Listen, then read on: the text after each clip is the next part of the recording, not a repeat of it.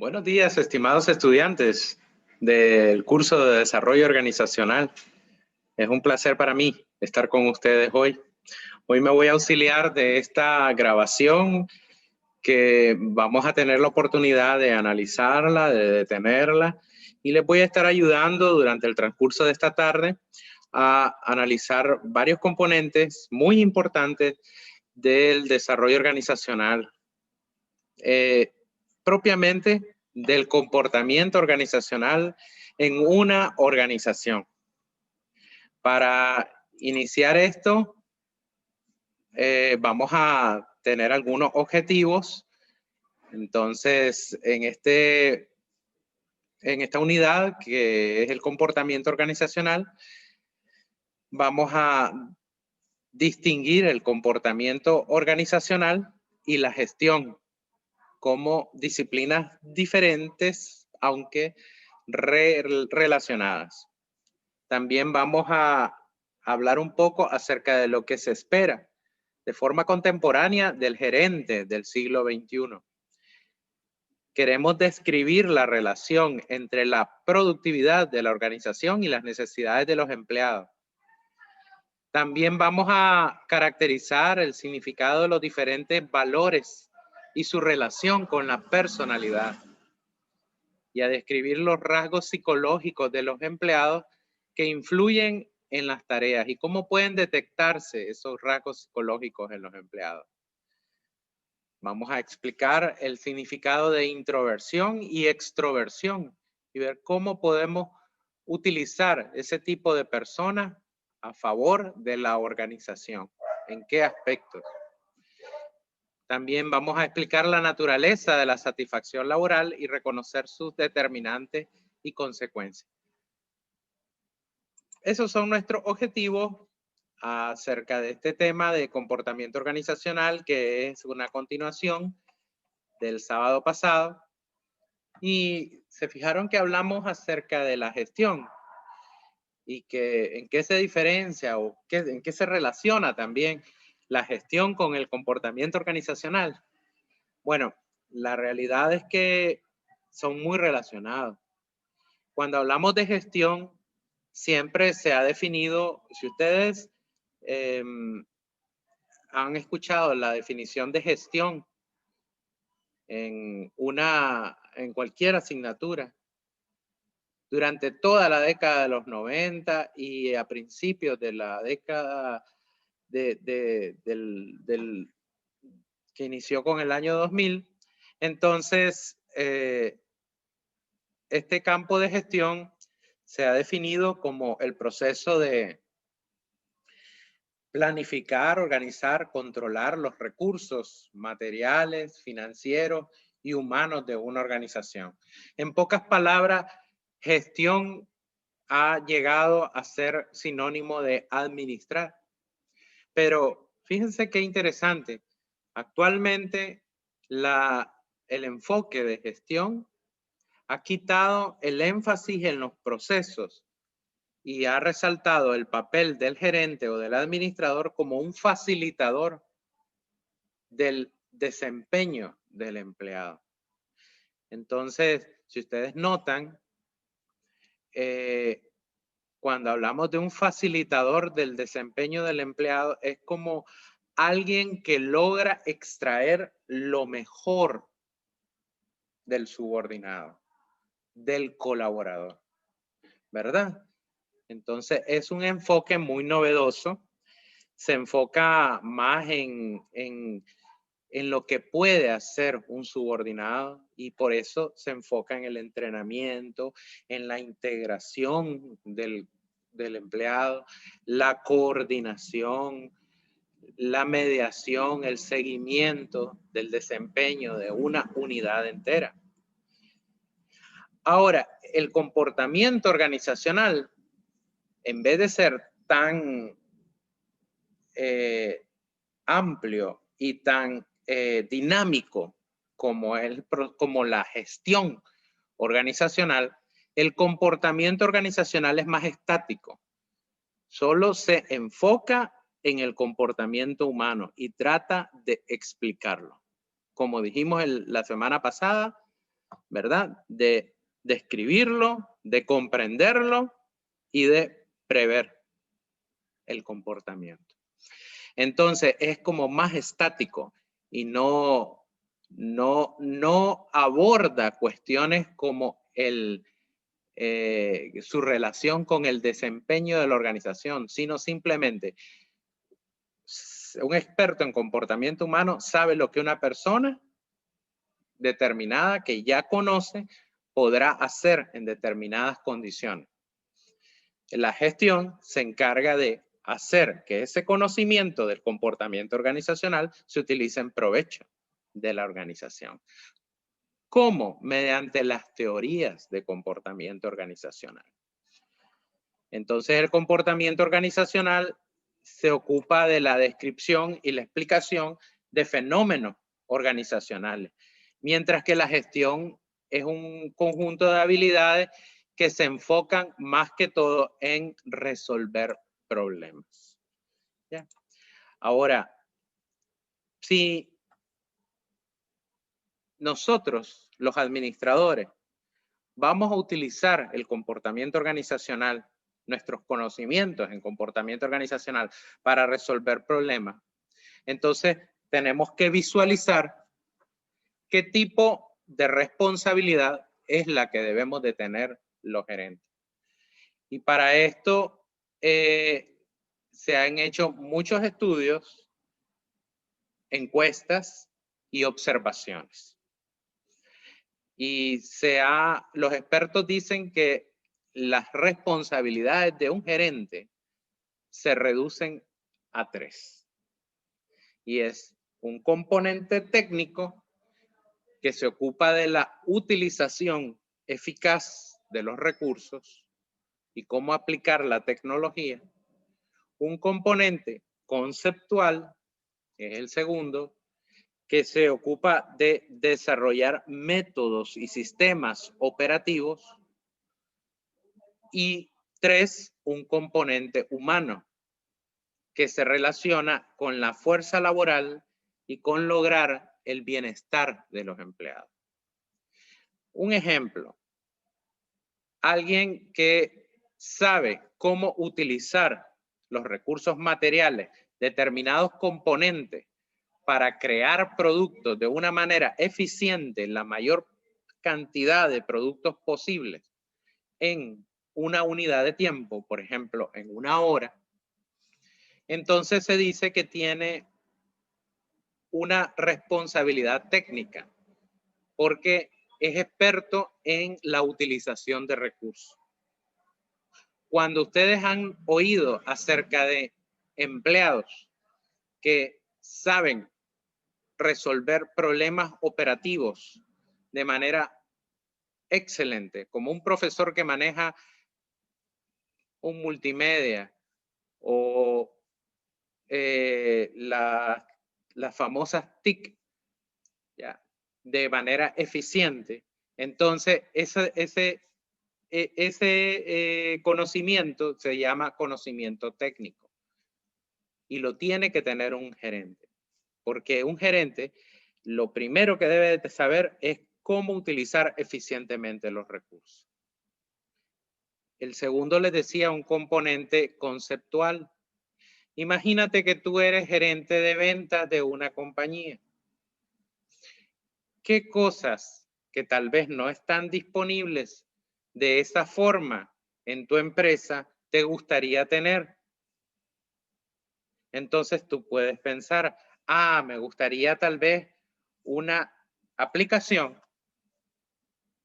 en mi smartphone, en mi teléfono inteligente, que me dijera cuáles son las ventas por trimestre de mis compañías rivales. Ya, que me explicara eso. ¿Cómo se están desarrollando las ventas de mis compañías rivales? Nosotros los nicaragüenses, chicos, estimados estudiantes, nos cuesta a veces comprender que en determinados países desarrollados esa información está disponible en oficinas gubernamentales. Pero ahora imagínate tú como gerente que dijera, sería bueno que alguien hiciera esta aplicación, recogiera esos informes y los introdujera de tal manera de que yo no tenga que recurrir a la compañía gubernamental a comprar esos datos, sino que me los presentara una aplicación que yo comprara para mi teléfono Android. ¿Verdad que sería genial? Ahora, ¿quién se le ocurrió eso? ¿Qué tipo de gerente? Es un gerente que tiene muchas habilidades conceptuales. Es decir, que está ocupándose del desarrollo de nuevos métodos para sacar adelante a la organización, nuevos sistemas operativos. Y para eso se necesitan no solo habilidades técnicas, no solo hacer, sino es utilizar el pensamiento creativo, el pensamiento divergente, es decir, tener la habilidad de crear nuevos métodos. Esto hasta en las pequeñas empresas. Y eso es lo que queremos lograr en el transcurso de esta clase. Porque si nosotros decimos, esa asignatura solo es hablar y hablar y hablar y no lo puedo aplicar a mi vida diaria, entonces de nada sirve levantarte de tu lugar y abandonar el aula, porque no estás aprendiendo nada. ¿Comprendes? Vos tenés que saber cómo esta teoría aplicarla incluso en la pequeña empresa. Entonces, poniendo un ejemplo de un pequeño restaurante, por ejemplo. Si no sabes cocinar, te vas al fracaso. Tenés que tener habilidades técnicas, ¿verdad? Pero ahora, las habilidades conceptuales te implican el desarrollo de nuevos sistemas. Estás pensando, ¿cómo puedo lograr vender más? ¿Cómo puedo crear un sistema apropiado para aumentar las ventas de mi empresa? Un sistema y no ser un seguidor de la competencia. Entonces, ya estás empezando a tener una habilidad gerencial que se llama la habilidad conceptual, el componente conceptual. Ahora, viene tal vez uno de los más importantes. El tercer componente, que era que te decía, el componente humano, que se relaciona con el bienestar de tus empleados. El otro día estábamos hablando que este señor Marriott, Bill Marriott, cuando yo hablo del otro día significa en otra asignatura, ¿verdad? Yo recuerdo que se los conté, pero no me acuerdo en qué asignatura. El señor Bill Marriott acostumbraba preguntarle, a entrar a las entrevistas de trabajo y le decía a la persona que estaban entrevistando, nosotros tenemos aquí 3 grupos a los cuales satisfacer. Nos interesa satisfacer. A los clientes, a los empleados y a los socios, es decir, a los dueños de la empresa. ¿Cuál cree usted que sea el más importante grupo al cual hay que satisfacer? Entonces, el señor Bill Marriott esperaba la respuesta, pero siempre les he dicho que él acostumbraba no contratar a la persona que le dijera los clientes. Ese es el grupo más importante que satisfacer. No, él pensaba que los empleados en una organización era el componente mucho más importante de la organización. Es decir, el factor humano, él consideraba que si lograbas el bienestar global de los empleados, iban a tratar bien a los clientes. Y eso iba a ocasionar que el cliente regresara, que se utilizaran los productos de la compañía. Y en pocas palabras, iba a generar rentabilidad. Y la rentabilidad es lo que hace feliz a los socios. Entonces, en pocas palabras, te voy a poner un ejemplo totalmente real, de la vida real. Yo era cliente de la óptica Pereira, en Managua, cerca de la rotonda del Huehuense, con el doctor Alejandro Pereira, Félix Alejandro Pereira. Pero algo que notaba cada vez que llegaba, una vez al año llegaba yo a cambiar mis lentes ahí. Cada vez que yo llegaba, notaba un terror de los empleados hacia el doctor Félix Alejandro. Y realmente el doctor los trataba muy mal. Por ejemplo, yo oí varias veces que, yo uso lentes desde los 7 años, entonces tuve la oportunidad de escuchar al doctor durante muchos años cómo trataba a sus empleados y trataba muy mal a sus empleados. El resultado es que cada año que yo llegaba, yo veía empleados nuevos. Ahí la rotación era muy alta. Y ustedes saben el gasto que tiene una compañía de estar entrenando a sus empleados constantemente. ¿Para qué lo vas a hacer si dentro de 2 o 3 meses no lo vas a tener? ¿Comprendes? Entonces, hay que lograr los objetivos organizacionales, pero tener a los empleados satisfechos. Ahora, estos 3 componentes, la cantidad de tiempo que un gerente dedica a estos componentes, a cada uno de ellos, está en dependencia del nivel que ocupa en la jerarquía de la organización. Entre más alto sea el nivel jerárquico, tú ocupas más habilidades humanas. Y entre más bajo sea el nivel jerárquico, los componentes técnicos son más importantes. Por eso es que en los puestos inferiores, el éxito depende de la capacidad técnica de una persona.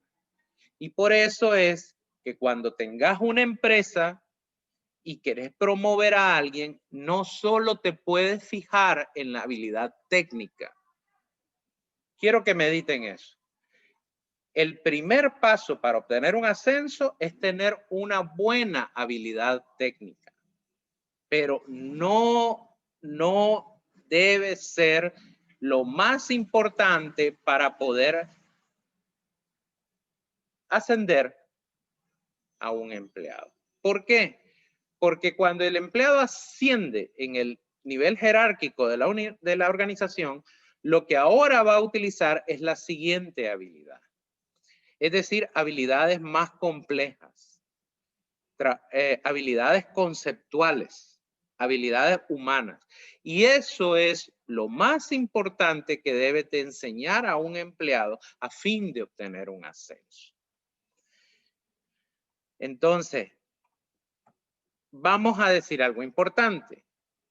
¿Quieres lograr una organización que te provea material humano para los cargos jerárquicos importantes en la organización cuando haya salidas? Acordémonos que la organización es como un sistema y es un sistema abierto, ¿se acuerdan, verdad? Con entradas, con salidas y retroalimentación, con procesos en medio. Hemos aprendido eso en Administración 1, Administración 2, Principios de Administración, Teoría de la Administración, no sé cómo le llaman ustedes. Entonces, debido a que hay salidas en la organización, hay despidos, hay jubilaciones, hay fallecimientos, entonces nosotros necesitamos personas para cargos directivos y esas personas tienen que tener habilidades conceptuales y humanas, además de las técnicas. Estos gerentes experimentados se convierten en nuestros candidatos para posiciones ejecutivas. Por eso, si tú piensas que la persona que contratas está solo para hacer cosas y que el pensar, tomar decisiones y llevarse bien con los demás es una cuestión muy tuya como gerente y no le das la oportunidad esa a tus empleados de desarrollar esas cualidades, entonces estamos empezando mal nuestra empresa. Nunca vas a poder agarrar un empleado de adentro para cubrir una vacante directiva, ¿ya? Y eso no es correcto. Entonces, el trabajo de gestión del empleado se vuelve muy importante en la tarea del gerente del siglo XXI. ¿Cuáles son las tareas que realizan a diario los directivos? Bueno, entre ellas están gestionar el desempeño del empleado. En pocas palabras, supervisarlo, ver si está haciendo las cosas bien.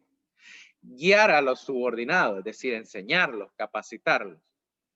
Esto, si lo notan, son habilidades técnicas, porque para supervisar, para capacitar, para entrenar, tú te necesitas conocer exactamente qué se va a hacer y cómo se va a hacer, si no, ¿cómo diablos se lo vas a enseñar? Entonces es una habilidad técnica. Pero también se necesita, como gerente, representar al personal, dar la cara por parte del personal, gestionar el desempeño del grupo, asignar costos. Y estas son habilidades conceptuales. También coordinar grupos y controlar y hacer seguimiento del entorno de los negocios y cambiar los rumbos de acuerdo a cómo va el negocio. Ya. Cada cosita de estas últimas que les hablé son habilidades humanas, porque nosotros tenemos que tomar en cuenta la capacidad humana de nuestro personal para adaptarse a un entorno. En pocas palabras, lo que se le llama adaptación idónea al entorno. Estas funciones de la gestión son comunes en las gerencias de las empresas en la alta dirección. Así que es muy importante que lo que queremos visualizar es que es muy importante que cuando tengas una oportunidad gerencial, desarrollar estas habilidades en los empleados. Veamos una tabla, quiero compartirles una tabla de los retos de los directivos en el siglo XXI, comparado con lo que se había planeado, se había estado ejecutando en épocas pasadas. Entonces, aquí está. Dice, retos de los directivos en el siglo XXI. Cuando hablamos de directivos, hablamos de gerentes. A la izquierda está lo que se hacía en el pasado, dar órdenes simplemente. Pero ahora comprendemos que hay que facilitar el desarrollo de los subordinados y sus equipos de trabajo. Más adelante, tengan presente de que la parte de la izquierda, donde dice retos del pasado, pareciera que está relacionado con un administrador algo déspota, algo controlador, ¿verdad? Que piensa que el empleado no va a trabajar a menos que haga esto. La parte de la derecha es como más optimista.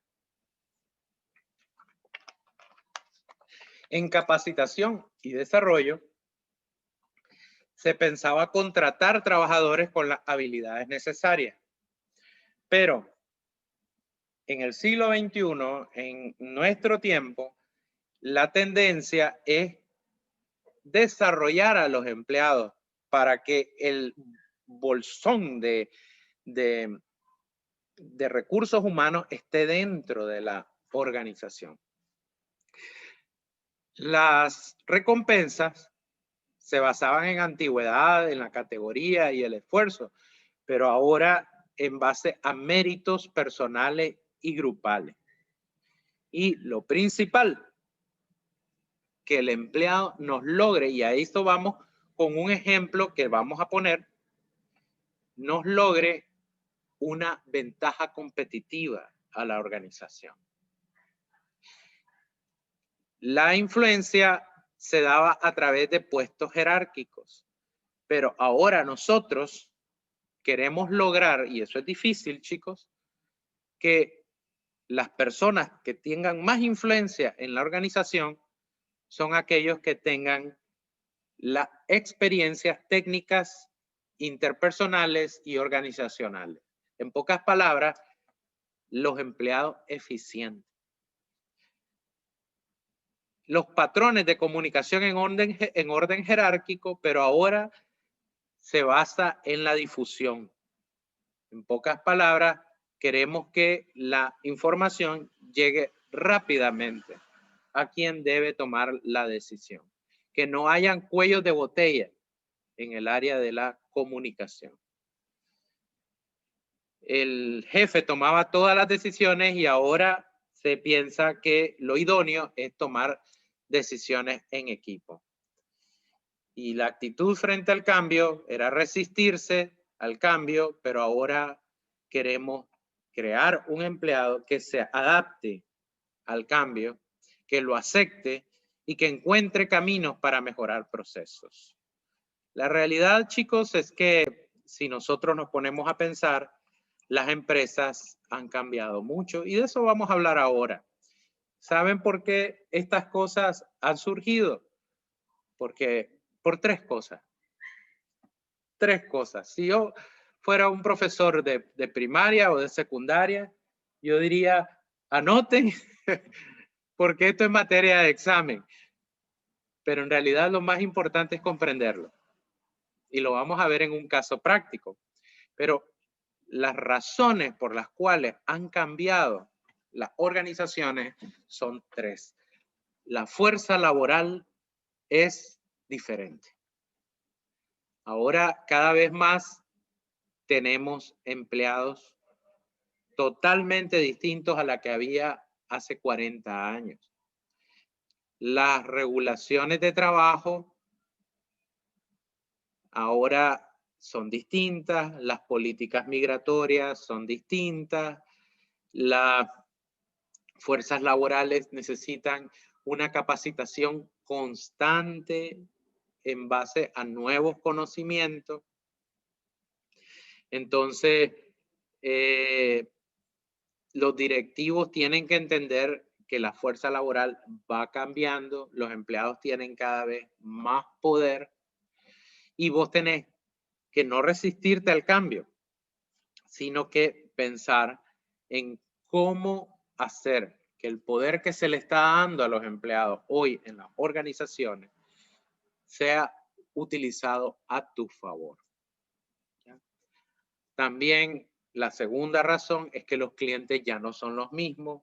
La globalización ha hecho de que ya no tienen un solo palo en que ahorcarse, como decimos en Nicaragua, sino que hay mucha competencia, incluso de empresas que no están ahí a la par tuya, sino que están en el extranjero. A veces presentan sus productos por catálogo y a veces los catálogos son digitales y pueden recibir un producto ya del extranjero. Yo acabo de comprar una licuadora y la compré en Estados Unidos. Y estoy yo en Nicaragua y la compré en Estados Unidos. Entonces, antes había una tienda ahí enfrente, es un decir, ¿verdad? Una tienda ahí enfrente que vendía licuadoras, que vendía televisores, y si no había otra tienda, ese era el único palo en que ahorcarse. Pero ahora, debido a la globalización, y en donde Nicaragua estamos un poco atrasados, que mucha gente todavía no tiene ni una tarjeta de crédito, entonces, pero debido a la globalización ya los clientes no son los mismos. Y también las organizaciones, la tercera razón por la cual las cosas han cambiado es que ya las organizaciones en sí ya no son las mismas. Ya se han botado muchas barreras comerciales, se ha disparado la competencia, hay un rediseño de procesos, hay un rediseño de mano de obra, hay utilización de tecnologías a fin de eliminar el factor de cada vez utilizar menos personas en la organización y más robótica. Entonces, hay un tremendo, una tremenda presión sobre la productividad. Esto es las razones por las cuales han cambiado. Entonces, ahora les quiero presentar una serie de problemas y vamos a meditar, vamos a pausar un poco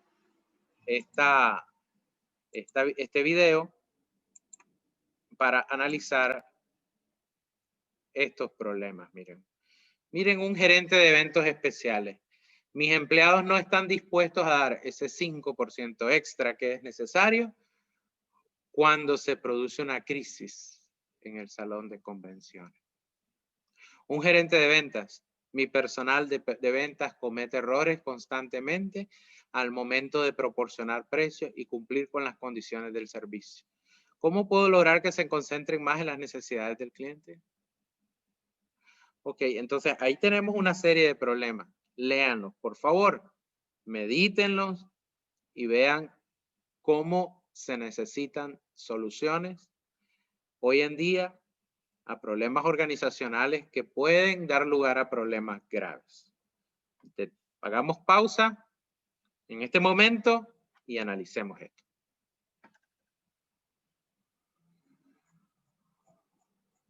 Bien, ahora el punto es el siguiente. Las teorías de comportamiento te ayudan a resolver estos problemas.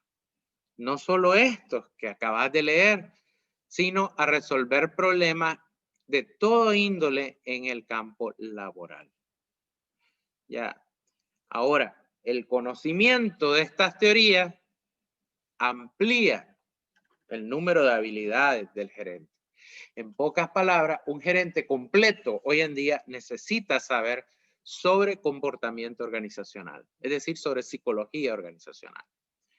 Y tercero, entender las teorías del comportamiento ayuda a los gerentes a evaluar soluciones propuestas para los problemas de comportamiento en sus organizaciones. Ahora vamos a ver una teoría de comportamiento organizacional. Ahora voy a compartir con ustedes un cuadrito para que hablemos acerca de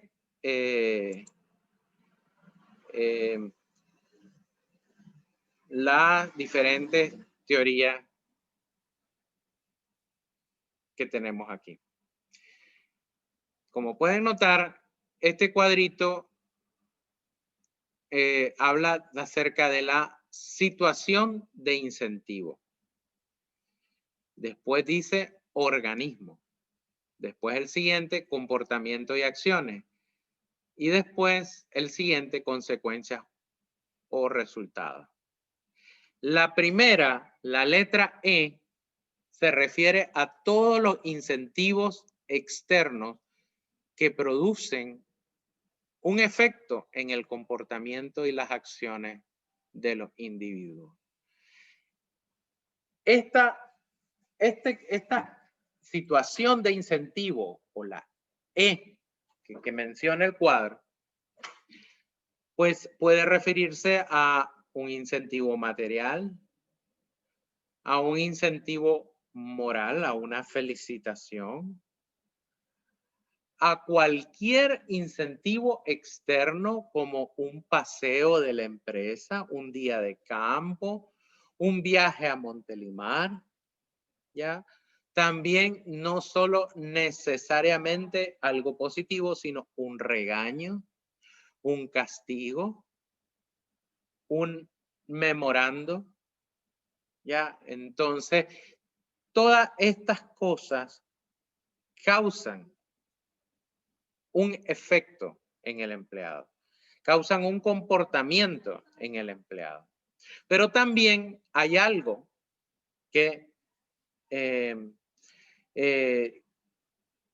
genera un comportamiento en el empleado y es lo que se llama organismo. Es decir, las cosas innatas de la persona, su madurez, su aptitud ante la vida, su actitud, sus intenciones, sus sentimientos, sus valores, su conocimiento. Ya, es decir, lo interno de un empleado va a hacer que junto con el incentivo den lugar a la R que está aquí. Es decir, al comportamiento y las acciones. La R, el comportamiento y las acciones, son el resultado de la E y de la O. de los incentivos externos y de las características internas de la personalidad del individuo, de lo que se le llama organismo. No se preocupen por la explicación que te cambia las letras, lo que pasa es que a veces los libros, los folletos, tienen un problema con el inglés, con el español, y el corrector no se da cuenta, se le pasa por alto, pero se refiere a lo mismo, ¿verdad? Entonces, y finalmente, ese comportamiento va a causar algo en la organización. Y tú tienes que recordar esto. Ahora meditemos un poco.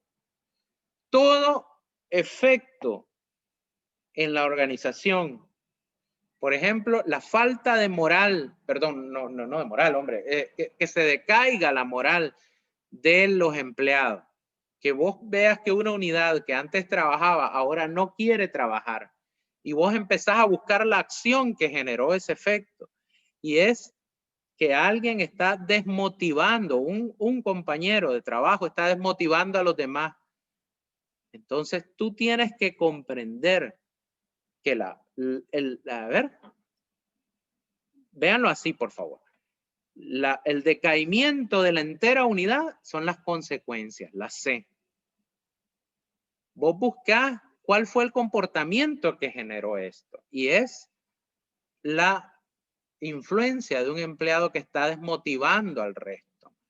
Entonces, ese empleado que está socavando al resto, ese es un comportamiento, una acción. Ya, eso es lo que generó consecuencias. Pero ahora tenés que comprender que esto sale de dos cosas. De un estímulo externo y de los valores de la personalidad de un empleado. Te lo voy a poner de esta manera. ¿Has visto tus videos en YouTube? Que habla ahí de a veces de personas que les vale la vida y que puede ser que se pasen en medio de una carretera, pasando los autos y ahí están pasando y ellos como si fueran a vivir para siempre, les vale la vida, están caminando alrededor de un precipicio o pasan cerca de alguien que tiene una pistola y no, como que si no estuvieran en peligro.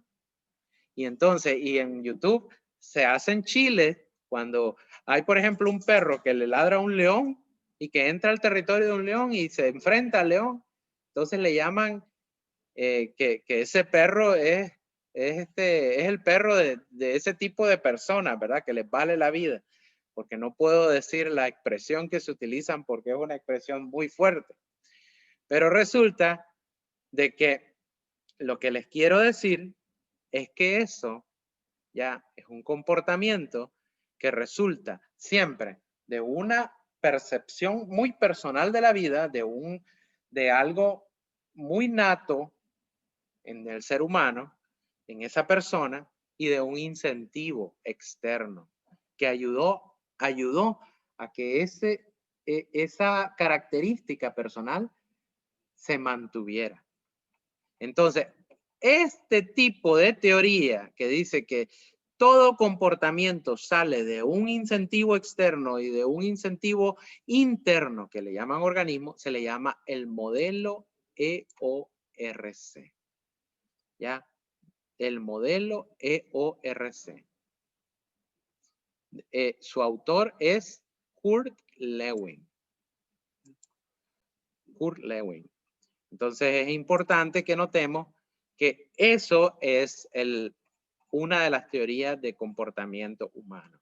Entonces, cuando tengas un problema en la organización, si tú estás utilizando la teoría EORC de Lewin para tratar de comprender los problemas laborales de la organización, entonces tú vas a ver, lo primero que se ve son las consecuencias, los resultados, ¿verdad? Lo primero que se verá cuando tú llegas de manera externa. Pero la gente a veces se concentra solo en los resultados y acordémonos que todo resultado tiene una causa, ¿ya? y hay que buscar la causa, que es la acción propiamente dicha. Pero aún ahí no llegas al inicio. Ahora tenés que darte cuenta de cuáles son los estímulos externos y los estímulos internos. ¿Ya? Acerca de la E y la O. Y la O no puedes cambiarla a veces, porque es algo muy innato. Pero puede ser que la organización tenga parte de la culpa en el estímulo externo. Entonces, porque a veces se tratan en las diferentes sucursales, se trata de usar un mismo incentivo para todo el mundo, pero a algunos no les funciona. Puede ser que un nicaragüense no le sienta, no le ayude para nada en un país tercermundista, muy pobre como el nuestro, ser el empleado del mes y que salga tu foto ahí y estar con un sueldo miserable. Tal vez te levanta más la moral, es decir, la E, el estímulo externo, que te den un bono y no simplemente te pongan ahí como el empleado del mes. ¿Ya? Entonces, vamos a ver ahora un caso y vamos a tratar de comprender las características individuales, es decir, el organismo, la O de alguien, y tratar de ver qué estímulo externo sería apropiado para producir un resultado beneficioso para la organización. ¿Para qué les voy a seguir diciendo más? Simplemente vamos a leer un poquito, pero es un poquito. Es este caso que está en negrita abajo. René obtuvo hace poco la nacionalidad francesa. Emigró a Francia hace 9 años. Fíjense que es alguien que emigra a Francia desde un país pobre, ¿verdad?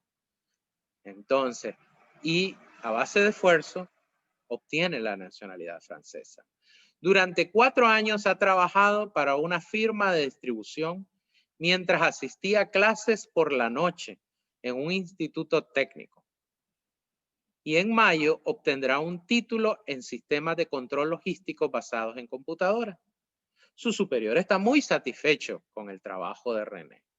Con frecuencia se lo pone como ejemplo en el trabajo por sus iniciativas para ahorrarle dinero a la compañía mediante el diseño de métodos de trabajo más eficaces.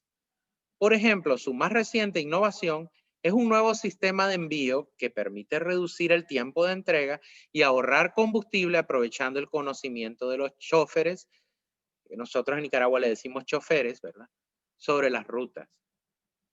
Los choferes se encuentran muy motivados, ya que gracias al nuevo sistema pueden pasar más fines de semana en casa. Ok. Entonces, vamos a reunirnos en pequeños grupos de 3 a 5 estudiantes y vamos a suponer que cada uno de nosotros es el jefe de René. ¿Ya? El jefe de René. Entonces, tenés este caso, estás satisfecho con un empleado. Ahora, pregúntense, ¿qué diablos vas a hacer? ¿Ya? Ten cuidado con eso. Pareciera fácil, pero si tú tomas una mala decisión, ya, aquí puedes hacer 3 cosas. Perdón, 2 cosas. O hacer nada o hacer algo. Acuérdate que el objetivo de un gerente eficaz es lograr el bienestar de tus empleados. Entonces, trabajemos mediante el modelo EORC y tratemos de comprender ya cuál sería el o el organismo, es decir, los factores internos que están generando una acción en René. Número 1. Número 2, ¿qué tipo de acciones, es decir, pero acciones de estímulo, han sido positivas para este tipo de acción de René? En pocas palabras, ¿qué ha hecho la empresa en el campo de la letra E? ¿Verdad? ¿Qué ha hecho? Que sea positivo. ¿Y qué se puede hacer más? Entonces, trata de analizar al empleado como un individuo. Trata de ver qué es lo bueno que ha hecho la organización como estímulo externo. ¿Verdad? Entonces vas a analizar primero el estímulo interno de René, trata de comprenderlo, de caracterizarlo, platícalo con tus compañeros ahorita, trata de meterte en la mente de René, qué es lo que quiere ante la vida, cuáles son sus metas. El segundo es analiza qué ha hecho la empresa, cómo es la empresa para tratar este tipo de empleados hasta el momento y finalmente qué es lo que harías tú para darle continuidad al caso de René. Y eso, hazlo con el objetivo de obtener una consecuencia, un resultado. Y pasa adelante, trata de lograr explicarle a tus compañeros qué resultado quieres lograr. ¿Qué sería lo apropiado en esto? Ok, detengamos este video por este momento.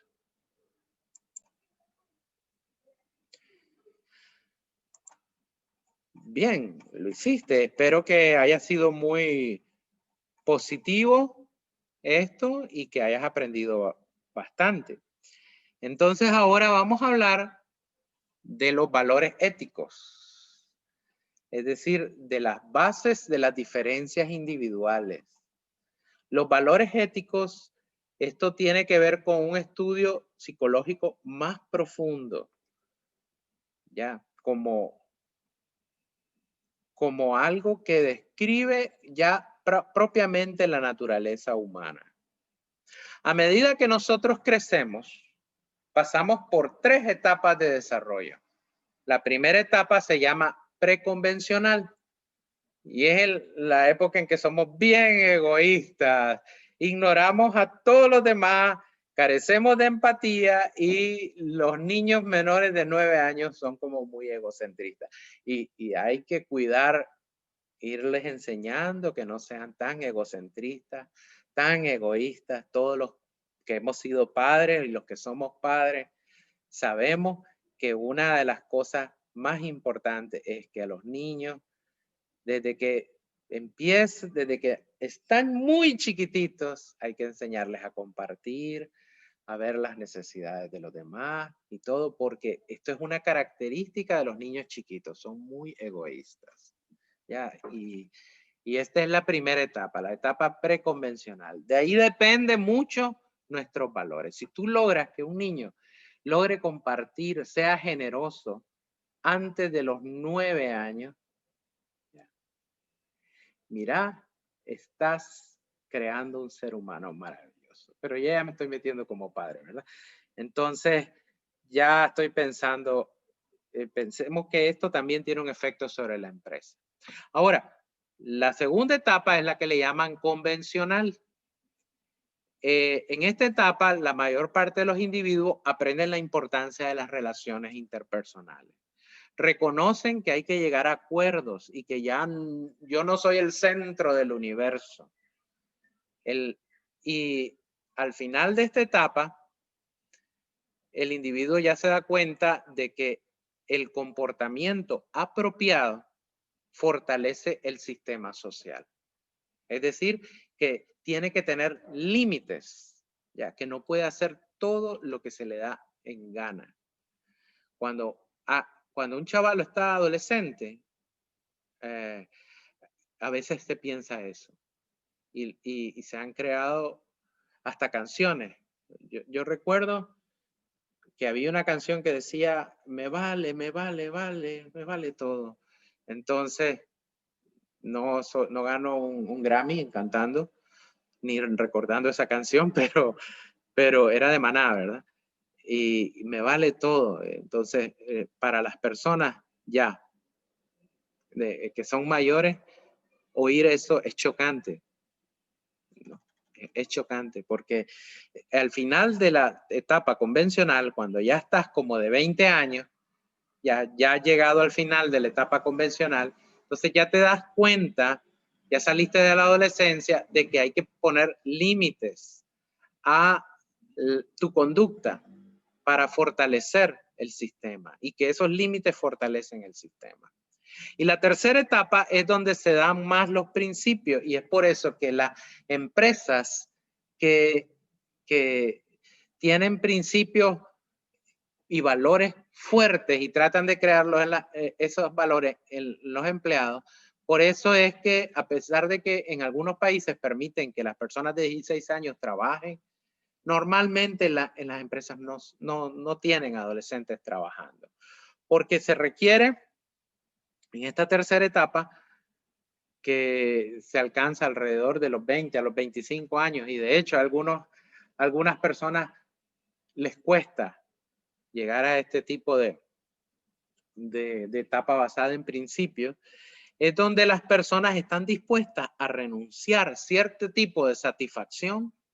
Pongan atención a esto, están dispuestas a renunciar cierto tipo de satisfacción a fin de conservar o mantener un valor. Es el tipo de persona que se encuentra una billetera y la regresa a pesar de que sabe que podría utilizar el dinero que está dentro de ella.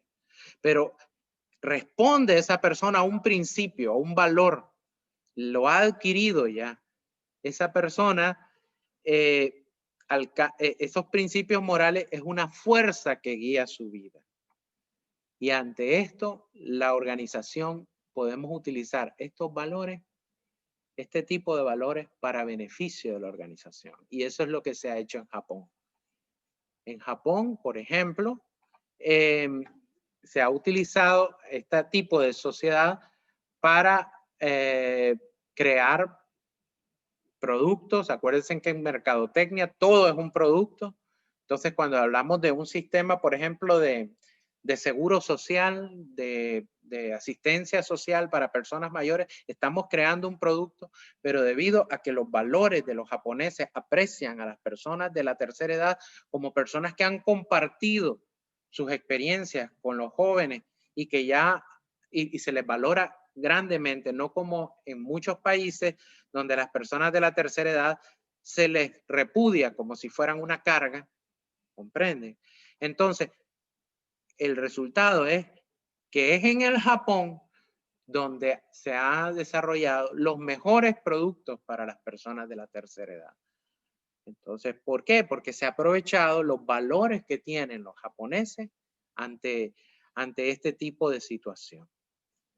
Entonces, ahora les quiero presentar, ha llegado el momento de explicarles que hay valores intermedios y valores finales. Llamémosle técnicamente valores instrumentales, que son los medios para lograr valores terminales. Valores instrumentales y valores terminales. Ahora les comparto esta tabla que está aquí. Ya les digo.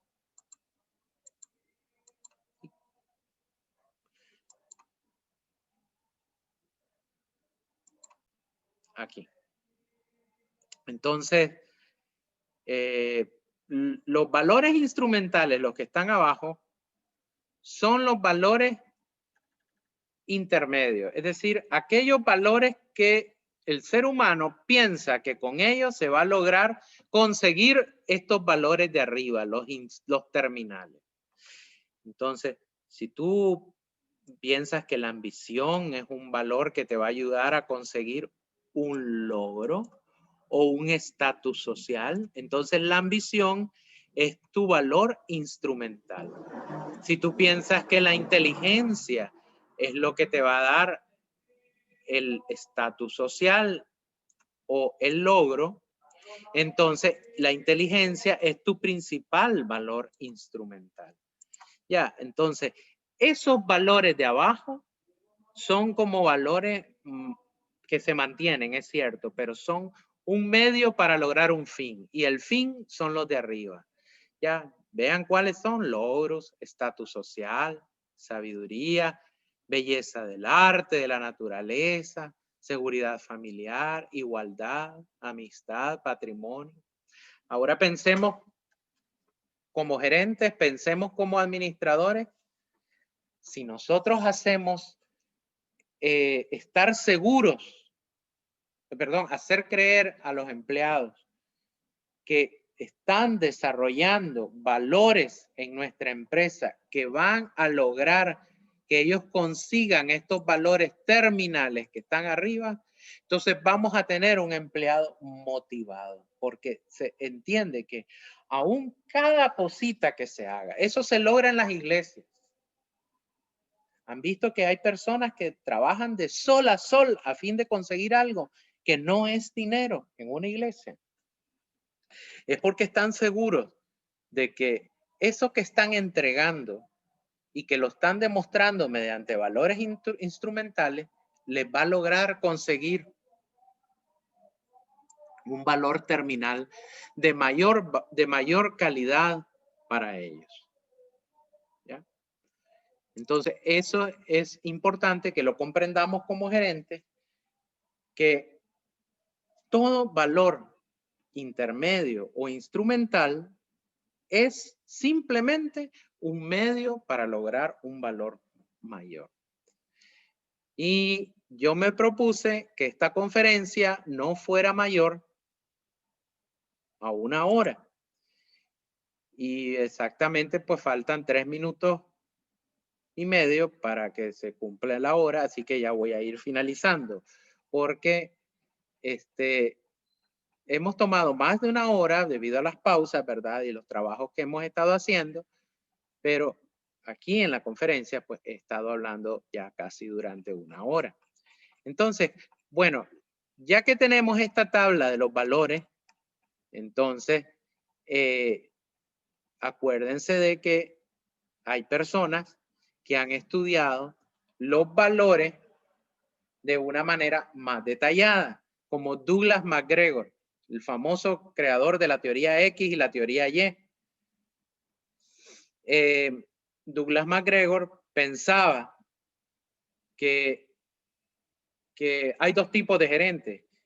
Los gerentes que apoyan la teoría X, que creen que sus subordinados deben de ser controlados y presionados en cada momento para que trabajen porque son holgazanes, porque carecen de autocontrol, y gerentes, por el otro lado, que creen en la teoría Y, aunque ellos no sepan pues que existe esa teoría, pero creen que el trabajo es natural de la persona y que todas las personas van a trabajar y que tienen un autocontrol y que van a trabajar en equipo si vos les das los incentivos apropiados. Entonces, ahí hay 2 tipos de gerentes. Ya. Y todo depende de los valores que piensan que tienen las personas. Nosotros queremos ser personas que apoyen la teoría Y, porque el gerente que apoya la teoría Y alienta a buscar trabajo estimulante, que lo anime a proponerse nuevas metas. Y el énfasis ya no está en las reglas, regulaciones y procedimientos estándar. Entonces ahora vamos a estudiar un poco más acerca de los rasgos personales de los empleados. Entonces, fue un placer presentar esta conferencia de 1 hora de duración. Gracias por su atención y continuamos haciendo un trabajo práctico.